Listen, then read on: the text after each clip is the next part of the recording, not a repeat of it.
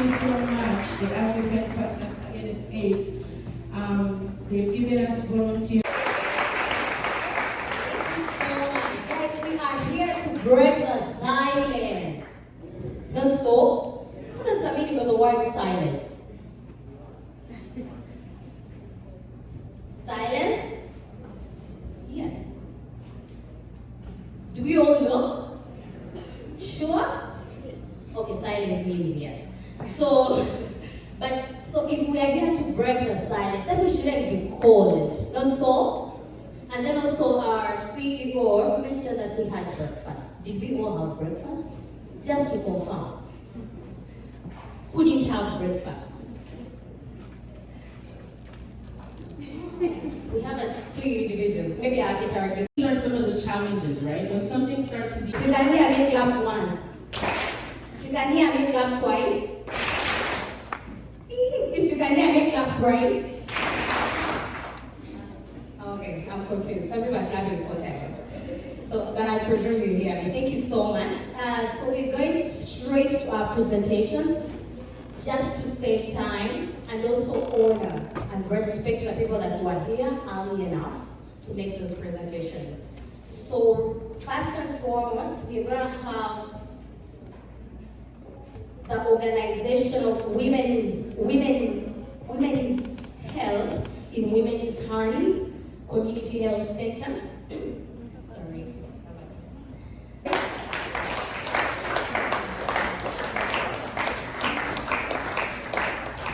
Good morning, everyone. How's everyone doing today? Belly full? Had something warm to drink? Okay, that's good.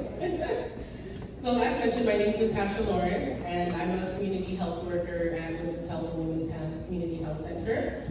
And today I'm going to be talking about our organization and a project that I've been coordinating for the past, I would say, 4 years. And I think it's really fitting to talk about this project today, but I also want to talk about what brought me to the work by telling a personal story. So when I was 12 years old, my father called me. And my family on my father's side is very large. My grandma has like 13 children. So lots of uncles, mainly uncles, only 2 aunts. And I spent a lot of time with them, growing up, family parties, all of these things. And one day, when I was 12, my father called me and he said, "I'm sorry to tell you, Tasha, but one of your uncles passed." I immediately started bawling because I know all of my uncles. And I said, "Which uncle was it?" When he said the uncle's name, I said, "Who?" And that's when I first found out about the stigma that's associated with HIV. My uncle passed due to complications of HIV, but our family won't admit to it. They keep it silent, and they have kept it silent for a very long time. And as I got older, I started to learn for myself about sexual health and HIV. I realized that it wasn't the virus that killed my uncle, it was the stigma. It was the silence that killed him. So that really motivated me to want to learn more, to want to get into the community, to want to get connected to an organization that was doing work with the community. And that's what brought me to Women's Health and Women's Hands. So, as I mentioned before, we're going to be talking about women's health and the African, Caribbean, and Black women taking control over HIV and AIDS and sexual health project, which is one of our HIV prevention projects at the center. Next slide.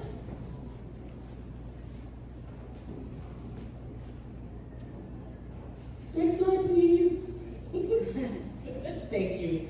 So here we have some lovely pictures of some folks from our organization. And just to give an idea of who we are, next slide.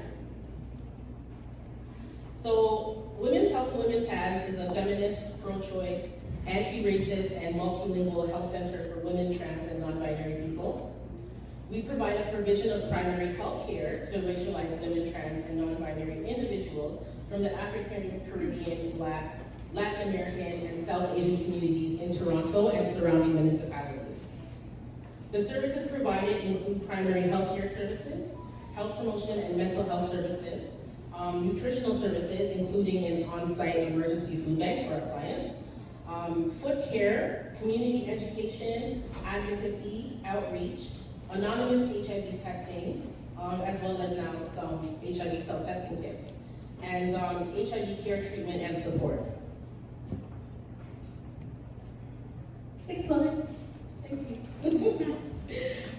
So we are located at 2 Carlton Street, just outside of College Station at Yonge and Carlton on the 5th floor. So this is a breakdown of our client demographics. We currently have over 3,500 active clients at the center. And our clients represent people from a variety of different places, experiences, etc. So we represent immigrant, refugee, and non-status women. We represent women from diverse cultural and linguistic backgrounds.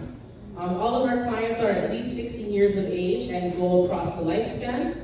Some of our clients are women with disabilities. And some of our clients are from the LGBTQ community, including cis and trans women, non-binary, and gender non-conforming individuals. The ethnicity breakdown of our clientele, so the majority of our clients are from the Caribbean, followed by from the continents of Africa, Latin American, South Asian, and some fall under other categories.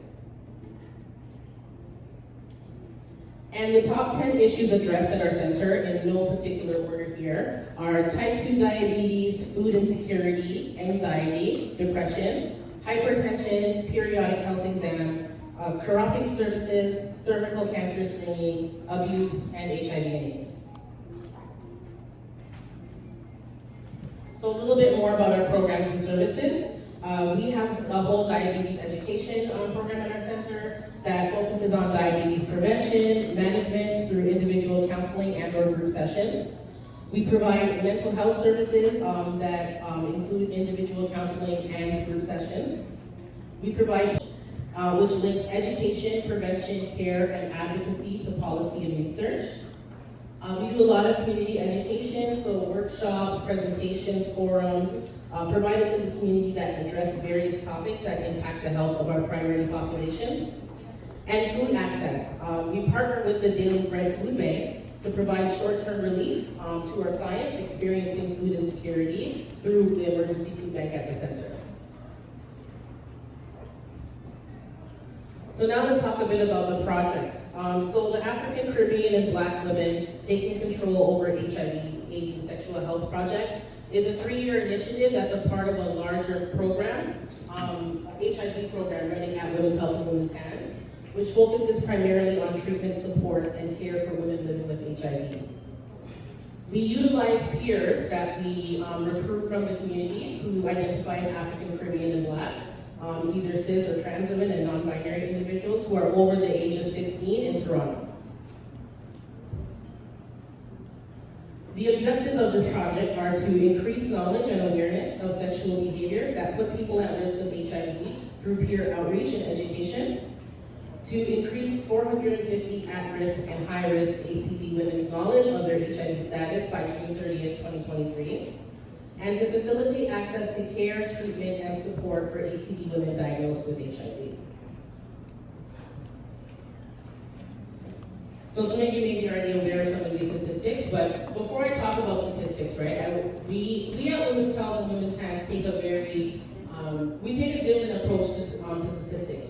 We use these numbers to inform the work that we do. Because oftentimes these numbers can actually cause their own stigma themselves. People can come up with their own assumption as to why these numbers exist. And really these numbers are meant to inform. These numbers are meant to look at what are some of the reasons that are causing some of these numbers.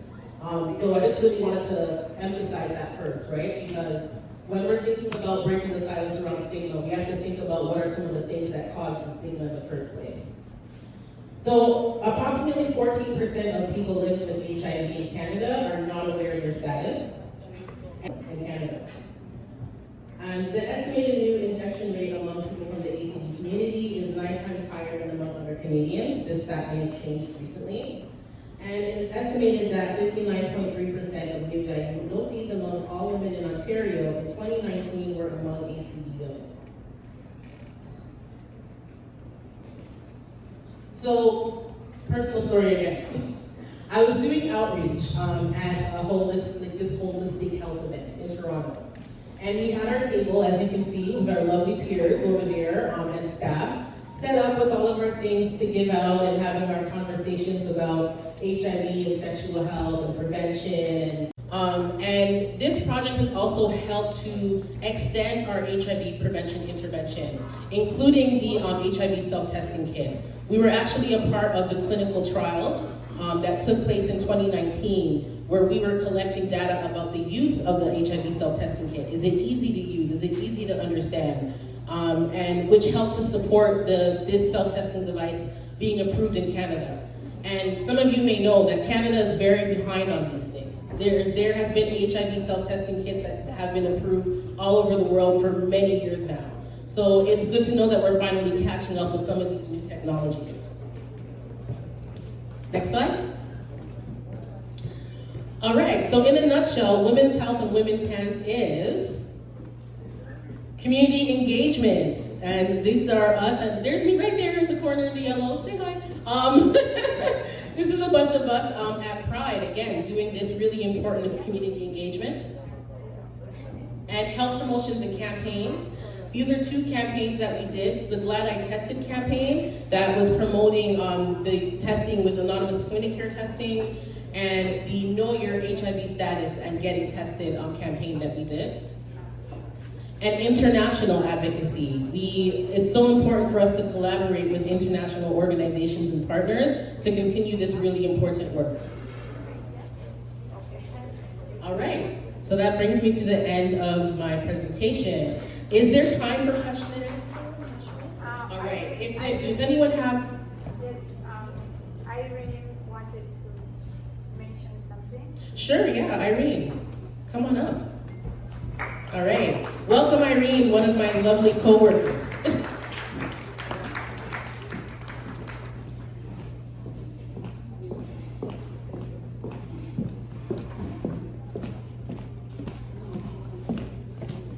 Irene, you're looking good, girl. Yeah.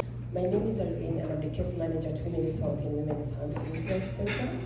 I just wanted to thank Pitmouth and the organization for collaborating with us, because we're working with so many women, especially immigrants that are coming into this country, and our main goal is to support women living with HIV/AIDS.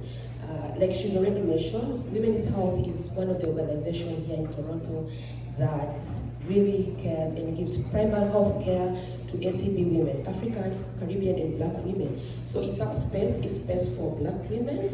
But as we talk about HIV, it's not on the center that sees people with HIV. It's a fully fledged center that sees all Black women with everything. Aging women, diabetes, everything that is health related. So you are all welcome, because you can see so many newcomers here. You are welcome to Women's Health. It's your center, and we are willing to take you on. Thank you.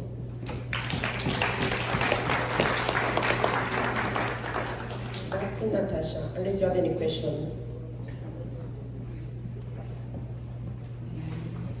Anyone have any questions, comments?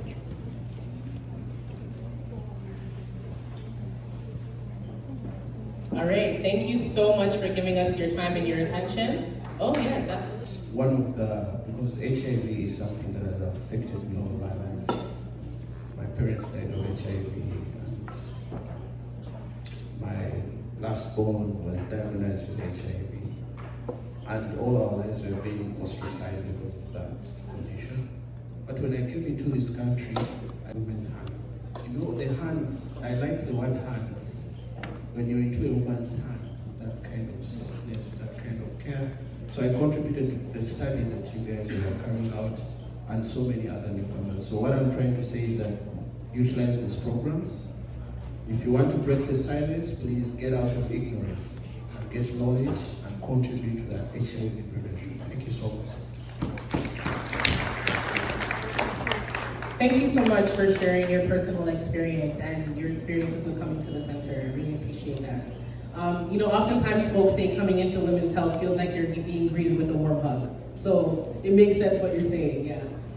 All right, any other questions or comments?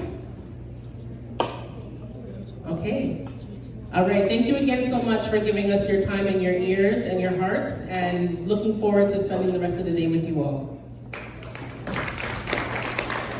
Oh yeah, we can do better than that for Natasha. Till she reaches her seat, kindly.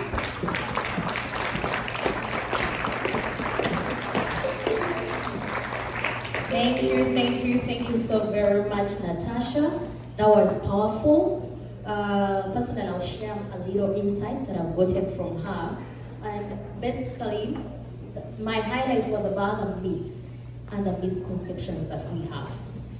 Some people believing that, HIV is for the whites, it's for the gay people, it's for the gay community.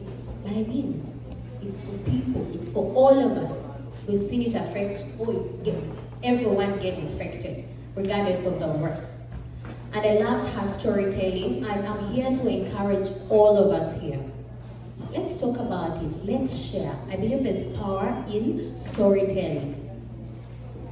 And I believe in this house, everyone, we have the affected, we have the infected. So everyone has a story to talk about, to share with the neighbor. Okay? I believe by sharing or by storytelling, that is how we are going to kind of like end the stigma. Because in the storytelling, even the people that are infected get comfortable. They build that trust. They build that trust to share. I want you to be converted. Okay? I want you to be what? Become born again. If you didn't know anything about HIV, please at least learn something from what we are saying. And please be attentive, because we want to walk the talk. And the talk is breaking the what? Silence. Actually, you can sit down. Sorry. I don't want to sound like a politician. Yeah, so before I go into the presentation, I just want to thank Pitnoff, Paletia Teenage Mothers Foundation International, for giving us this opportunity. I call this as a dialogue for us to have a conversation, because this is a conversation that I really wanted us to have as people from African descent. Because HIV has been there for 40 years. In my country, where I come from, my origin, Uganda, we have about 1.5 million people living with HIV. So just imagine if 1.5 million people are stigmatized, are ostracized. Do you think they'll be able to disclose their status? Do you think they'll be able to disclose? Yeah, so now we need to break this silence. So I work with the Center for Black Development Options Canada. Our mandate is to work with Black immigrants and refugees to live a dignified and productive life in Canada. As you arrive at the airport, that is where we start our work. You saw recently during the housing crisis where we spoke, we came out with the rest of the partners because we saw that there was a lot of inhumane treatment. Because in my culture, I come from Busoga Kingdom, where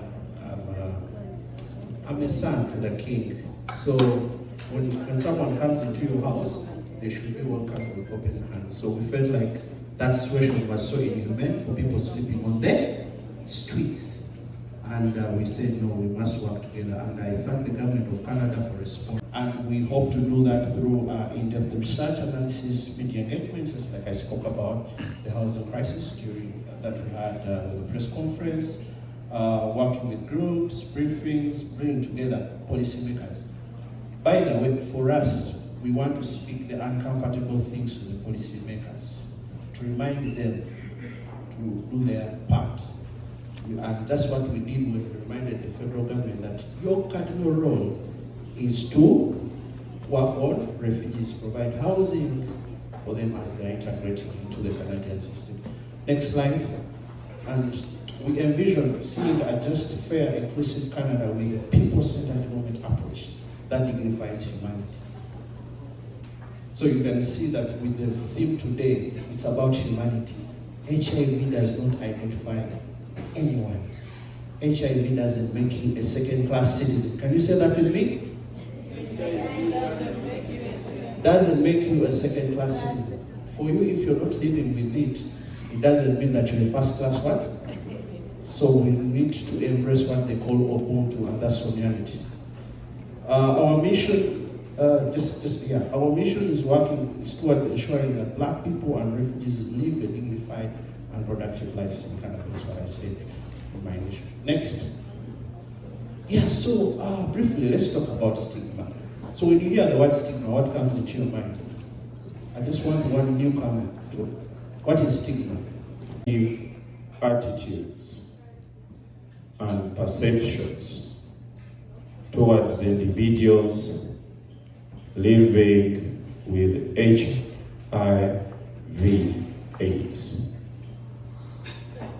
Please clap for that gentleman. He has just made my work very simple. So, thank you so much, Denise, for that. So, these attitudes, who do you think comes up with these attitudes, these negative attitudes? Who? Who comes with these negative attitudes? Who? Yes.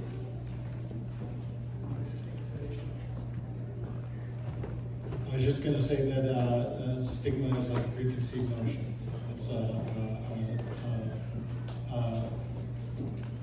conclusion you've come to in your head before you even know the facts surrounding the issue. Thank you. You've seen that these are the same things that we are the ones who invent these attitudes, just like what he said, you know? So if we are to break this silence, we have to change these negative attitudes into positive ones. For example, in my country, those who come from Uganda, sorry, I'm going to be a bit selfish, but I'll mix some Kiswahili because I have relatives in Kenya.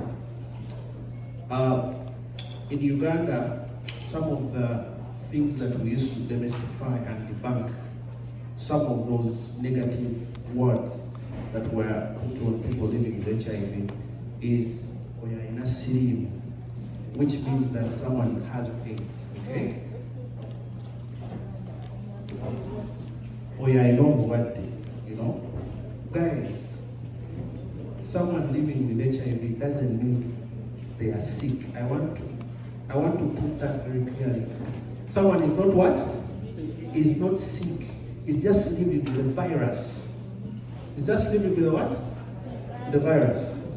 So stigma refers to irrational, negative attitudes, behaviors, just like Dennis said, judgments towards people living with HIV or at risk of HIV. And these attitudes can actually affect their health and well-being of people living with HIV. I said here I have a sister, our last born. We were 5, the 4 of us, God helped us and we were not diagnosed with the virus. But our last born was diagnosed with the virus. Because at that time, for those that are from Uganda, at that time, what they called the Prevention of Mothers Transmission, PMTC, was not enrolled by that time. So there was a lot of ignorance. People get pregnant, they go for antenatal care and whatever, they're not tested, and that is how most of our children, or our sisters, or brothers, came to be diagnosed.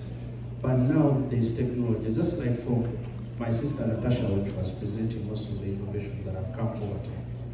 That is how most of it. So it is not their own, they did not ask God to be diagnosed with the virus. It was just circumstances that they were not worried about.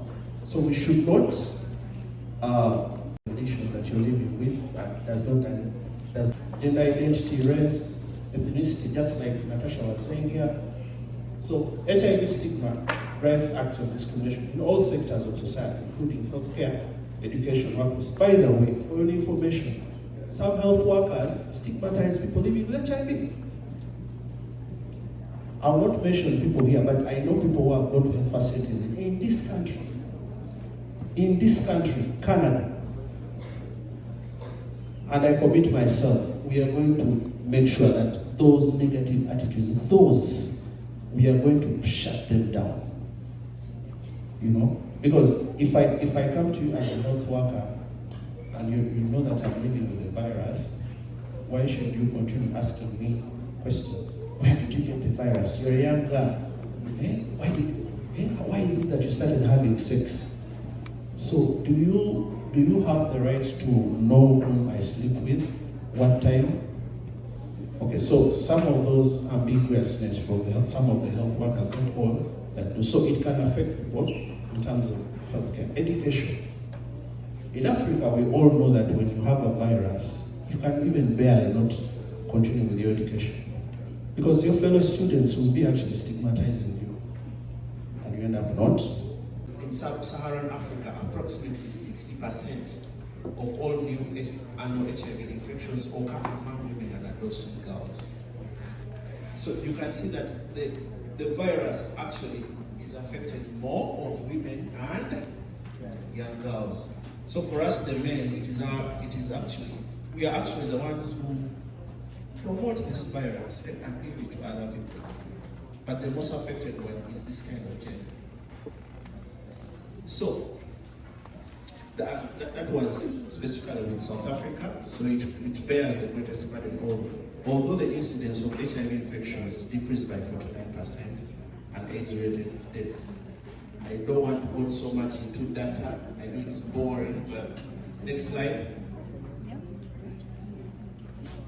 Next slide.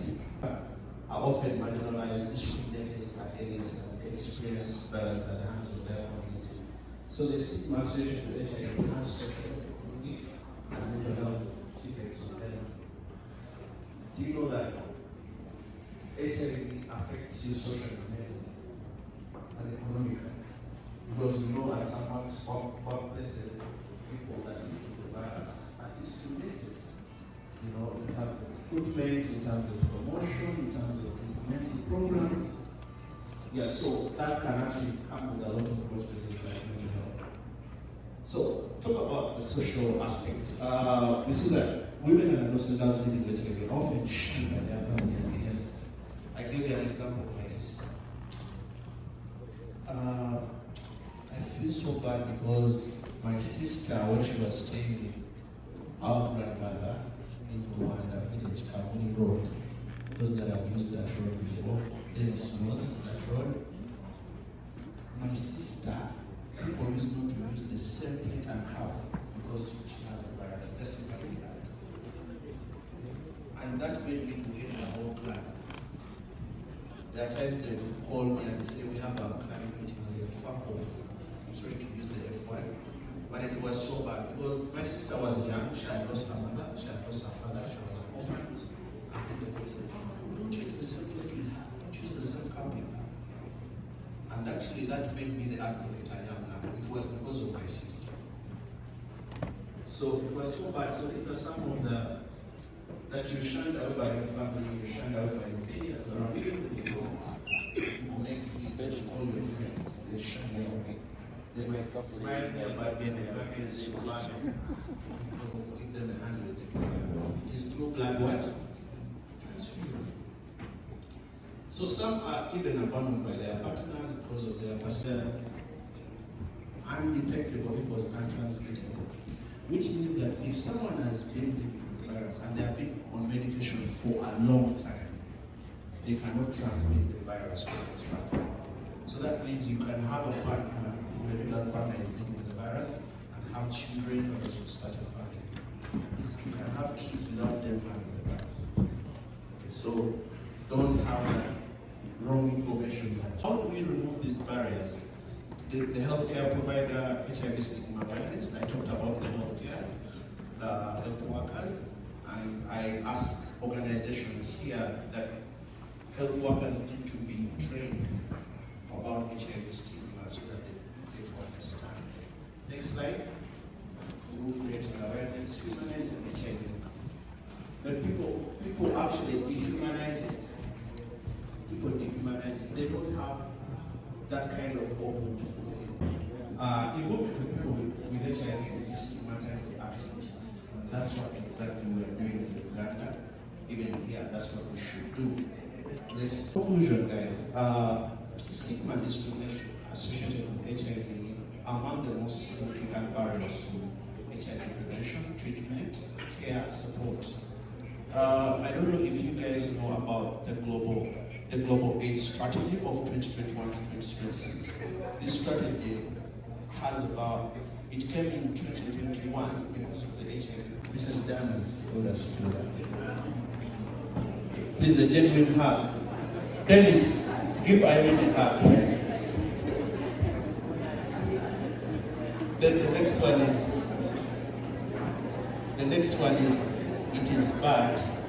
Okay, that's enough. Don't give a longer hug. So the next one is, hey, DJ, go back. Go back to the presentation, please. Silence is deadly. I'm not going ahead before all of you speak that. Silence is deadly. Silence is deadly. Silence is deadly. Really? That is all that can come from. Silence is deadly. Silence is deadly. Silence is deadly. Some people are doing the other extra hand. You guys didn't get the instructions. Silence is deadly. Silence is deadly. Silence is deadly. Thank you so very much, Mr. Tony. That was so informative, and I learned something. I'll keep sharing what I learned. That you equals you. You equals you. Undetectable equals untransmitted. That means when you take the ARVs or the medication, it kind of like suppresses the viral load. And I feel like that should actually be so alive in us or so known to us, so that we don't discriminate people and we don't even fail to get married to such people. That means actually a positive person can marry a negative person and they give birth to babies and have a happy ending, happy families. So you equals you. Thank you so much. I knew my purpose from my father's death. And I told my father in his grave, I said, yo man, I am here to make you proud. Because of you, I will do a lot. I am in this world to honor you. I am in this world to keep a legacy. Yes, my father may be dead, but he is alive in me. So for that reason, I will not allow anyone disrespect my father. I will not allow anyone disrespect or say ill things about, oh, HIV and AIDS. You're talking to my father. You have no right to disrespect my father. And that is why I am standing here representing him. Again, I will say, if we are going to fight stigma and discrimination, we must be very personal about it. We must be very intentional about it. No sugarcoating words. No painting white black or black white. It should be black and white. Life is not that serious and that difficult the way we assume it.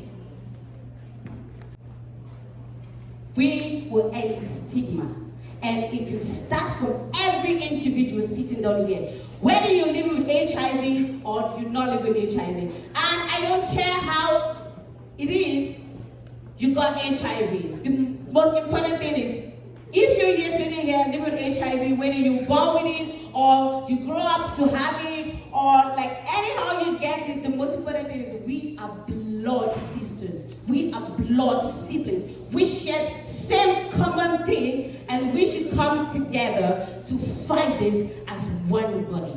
Thank you. TED program, and that's under our therapeutic care program. We also have a dreaming and engagement program that I'm responsible for. This is a volunteer program. In my program, I work with a lot of new to Canada immigrants, understanding that when we come here as immigrants, we are looking for opportunities. We come loaded with qualifications, we come loaded with a whole lot of expertise. But as we try to maneuver through the Canadian market looking for jobs, Canada is going to ask us for the Canadian experience that we don't have. Canada is going to ask us to go and study this go and get a license for this. In as much as we're coming loaded with degrees, qualifications, diplomas, you name it. So what we're trying to do at PWA is we allow for everybody. Our program is inclusive of everybody. Whether you went to school or you didn't, you can come and join our volunteer program. As you do so, you then gather the Canadian experience. We'll support you as you look for jobs. We'll support you as you study. We'll support you as you go for your hearings. We'll give you support letters to support you, to vouch that you are eligible to become a Canadian citizen. That's the Dreaming and Engagement Program. We have a financial assistance program. We offer our community members various income incentives to support them in their day-to-day life. We have a wellness check program, and we also run a monthly newsletter. I saw Abu was here, he's responsible for our newsletter. I don't know where he went to. So basically, those are the support programs that we have at PWA. These programs are meant for community members, meaning persons living with HIV and AIDS. I also forgot to mention, we have a boutique. We mobilize for clothing on behalf of our community members. So we understand at times, because the face of HIV today in Canada is African, Caribbean, Black people. So we know the challenges that we face as we come here to Canada as new immigrants. We know the challenges that we face as we maneuver through the healthcare delivery service in Canada. So at PWA, we advocate in a way for our community members. We refer our community members. We work in partnership with the Women's Health and Women's Health and different other organizations to support our community members. We thank Pitov for inviting us to this great initiative. And my last words will be, the onus is upon you and me to fight stigma and discrimination. And let's not say they, because they have HIV, and you are like on the other side. We have to coexist and embrace everybody. If someone has got diabetes, they can go freely and talk about their being diabetic, and everybody will sympathize and empathize with them. I can't go and talk about my HIV status, because the next thing, the very same people that are seated here are the very same people that will start stigmatizing me. So it starts with you right now. Let's stop it. Let's stop it, especially us Black people. It's the African Caribbean people that are supposed to be supporting each other, but it's us who go backbiting. It's us who talk bad. It's us who talk these derogatory terms. My Black people, African Caribbean Black people, we are the face of HIV and AIDS. The onus is on us to stop stigma and discrimination right now.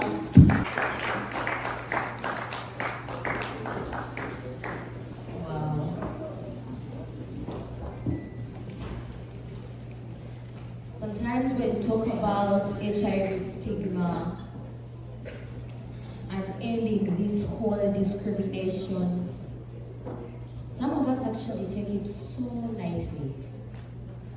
Not until we hear our relatives, our personal friends, our sisters, our brothers, our closest, like Anita, actually facing it and going through some of these things. So when we are talking about it right now, especially in this room, like I urged us before early this morning, let us continue to speak about it with a lot of passion and respect and love, and still stay focused to this common cause that has brought us here. And I want to request all of us, with all due respect, to put our hands together and clap and appreciate Anita. We can go ahead as I speak to her. For her strength, for the resilience, we can do better than that. I'm not yet satisfied. Let us for all that resilience, for the strength to stand up and mention that, to advocate for that. That was so powerful, girl. You are so powerful. And I want to encourage you that in this room where you are seated, amidst you and everyone who is here, we are surrounded by allies, advocates, activists that are here to stand for you and for everyone, all the myths that lie in HIV and also that brings about stigma. We are here for you and we are here for everyone. As we mentioned, all of us are part of this, whether you're infected or affected. And we are for this. Okay? Do I sound like everyone is in this together? Are we in this together? Or I am alone? Are we in this together? Let's go ahead. Stigma is? Louder. Stigma is? Thank you so very much. So our ministers, allow me, with all due respect, acknowledge our main speaker. He is right in our presence. Can we give him a hand clap, please?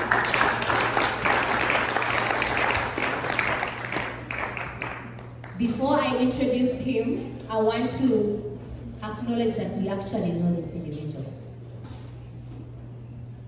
Do we have individuals in this house that know our main speaker?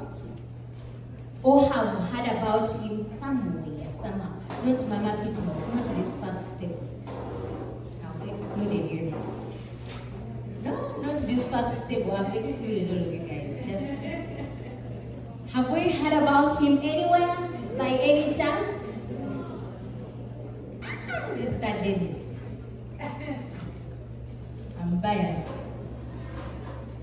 Do you have any other individuals? Okay, I'm going to give you some little time to make research. I'm going to welcome one gentleman to just give us a cappella and prepare us to receive our main speaker who will usher us into lunch. And he is a Ugandan self-breast inspirational speaker whose message is rooted in his personal experiences and observations obtained as early as 5 years of age. Some of us at 5 years, I don't know what we were doing, but some people were actually already inspiring lives. So, he is a dynamic personality and highly sought after resource in both corporate and non-corporate initiatives, small business owners, non-profit, community leaders, and individuals from all the walks of life. What inspires Simon Senkai? His father was such an ardent fan of reading. He used to read different works of literature and he kept himself thinking positively with his motto, never give up. His mother, on the other side, is a self-made ordinary woman, circumstantially pushed out of marriage. Her personal struggle, hard work, and commitment to making their lives better built his education foundation. Simon Senkai uses these experiences that inspires his commitment to helping people of all ages to find and tap into their greatest walls of potential, to lead a decent and purposeful life that not only benefits the self, but that which strives to make our world a better place. Facts about him. Simon Senkai has spoken in various communities, both within and outside Uganda, and one catching factor is that he is invited again and again for his touching and powerful messages, and his ability to relate very well with audience through his life story that resonates with our greatest struggle of all humanity. That is finding our purpose of existence. Some of his creeds that you can look out for: awakening the giant in you, the power of self, turning past into an opportunity, nawe osobola, amaanyi, go home to. Those are some of his screens that you can look out for. Ladies and gentlemen, let's put our hands together to welcome the great inspirational and motivational speaker, Mr. Simon Senkai. Pray day and night. They fast and pray. But nothing is happening. But they have continued to pray because they are locked in the prison of their mindsets for failure to understand what was given unto them. Prayer is in the revelation equation. When we pray, we get the revelation of our journey. But the moment we see, we start to walk. I ask you, start to walk. Walk. Like Martin Luther said, if you can't run, walk. If you can't walk, crawl. But for whatever you're doing, you must continue moving forward. I thank you so much for the opportunity. Thank you so much. Let's all come together to break the silence against the stigma in the African community. Let's all come together to stand with each other, lift each other's up, hold each other's hand, support each other, genuinely at heart. In the end, we shall build a community that will benefit so many yet to come and so many back home. God bless you.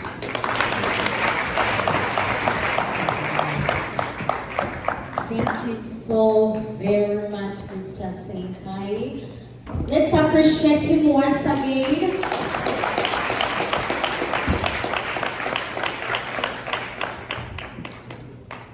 You must have purpose.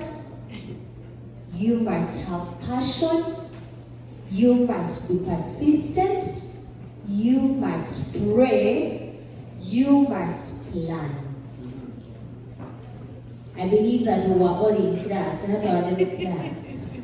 And we learned something, okay? And even as we break the silence on HIV stigma, there's something also, there's a connection that he made, there's a link that caught my attention. You must be of influence. In this room, in these walls, we are surrounded by advocates, by activists, but also all of us. We have to be of influence. And if you can influence, or for you to be an influential person, you must be significant. Was I the only one in class? You must be significant. And for you to be significant, you must have value. Am I right, Mr. Senkai? You must have value for you to be significant and for you to have influence. And how do you build that value that we are trying to do and advocate for as we end HIV stigma? Is that okay? Okay, not to be another speaker. Allow me. Okay, let's put our hands together and appreciate him once again. Those that just joined us, we recognize your presence. I see our CEO Chris is in the house. I think I recognized him. I called him coming. And then that table right there, Auntie Noeline. I saw them come. And then I see other individuals. Mr. Joseph Kasaija is also in the house. We appreciate your presence and we welcome you here. Right about now, we're going to have our lunch. Prepare yourselves to enjoy the fellowship. So this is going to be the order. We have some gentlemen, some volunteers that are going to help us. Those ones that are moving around, they're trying to get us our drinks. They're stored right there. So they're going to help us and they're going to call us wherever we are seated to get us to the queue and we serve our lunch. We don't want people to kind of like line up and then they have to wait for so long. Let's be patient. We have the food and enough of it, the drinks, and they're all for us. They've been brought for us. So let's be patient. They may serve best on the tables when we come like this, from there to here, to here, to there. But also as they do that, I want us to allow kindly allow our guest speaker to be served first, and then our presenters as well. Allow me to remind the presenters that should go first, just to respect people. If someone works, they need to be appreciated. So I appreciate all of us being here. So we'll have our guest speaker going first, followed by our CEO, the table the CEO is seated on, and APA, African in Partnership Against HIV. That will go as well. Second, we'll have women's health in women's hands as well. We will have PWA, we will have the YOLO Foundation Board, we will have Canadian Center for Victims of Torture, because those are usually few representatives, so they couldn't make the first queue before our volunteers can